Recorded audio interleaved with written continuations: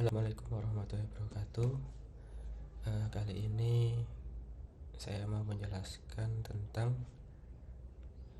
sebaiknya itu kita menggunakan HDFS atau NoSQL dalam implementasi Big Data. Kemudian kita jelaskan juga kelebihan dan kekurangannya masing-masing. Yang pertama itu dari contoh tipe database NoSQL itu ada 4. Yang pertama itu key value base.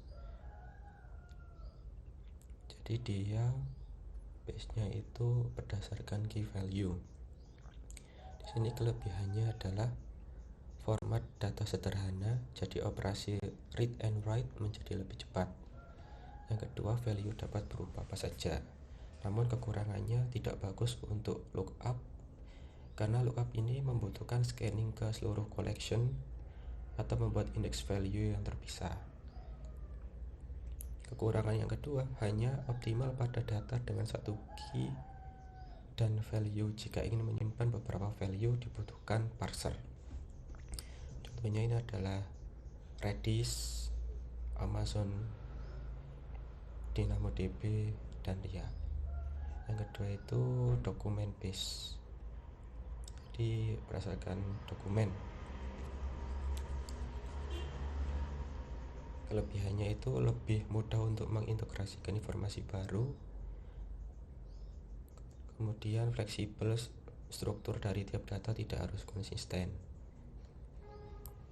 Kemudian kekurangannya, pengembangan bisa memasukkan sembarang data ke collection, menyebabkan masalah integritas pada data. Kemudian kekurangannya lagi, query kurang fleksibel. Contohnya itu di MongoDB, Couchbase, dan CouchDB. Jadi biasanya kalau dokumen base itu dipakai di pengembangan IoT ya, karena dia butuh streaming data yang cepat.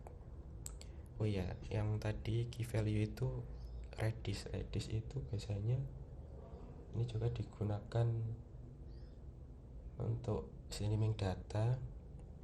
Biasanya sih kalau di tempat saya itu dipakai untuk menyimpan data dan untuk sebagai pengambilan data untuk broker ya, pakai RabbitMQ.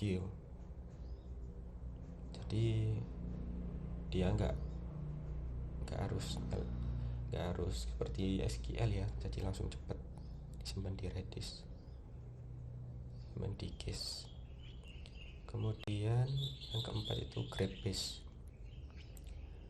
GraphBase ini berupa grafik, jadi dia kelebihannya itu struktur yang fleksibel, kemudian hasil yang real time, namun kekurangannya query tidak seragam. Contohnya Neo4j, Amazon Neptune, dan Janus Graph.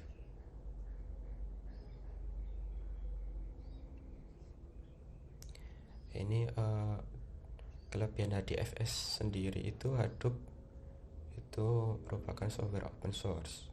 Kemudian Hadoop dapat menampung data dengan jumlah yang sangat besar.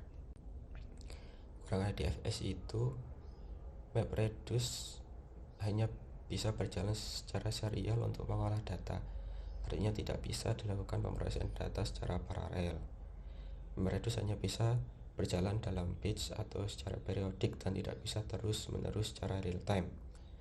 Hal ini membuat MapReduce tidak bisa mengolah data dalam bentuk streaming, misalnya tweet dari Twitter.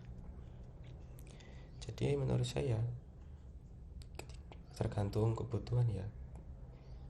Kalau HDFS itu, jika kita menggunakan HDFS perlu menyimpan dan meroses data dalam jumlah besar secara batch, misalnya untuk data warehousing, machine learning, dan analisis log dalam skala besar.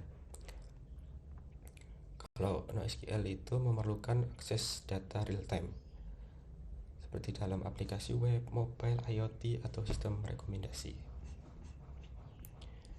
Sekian, terima kasih dari penjelasan saya.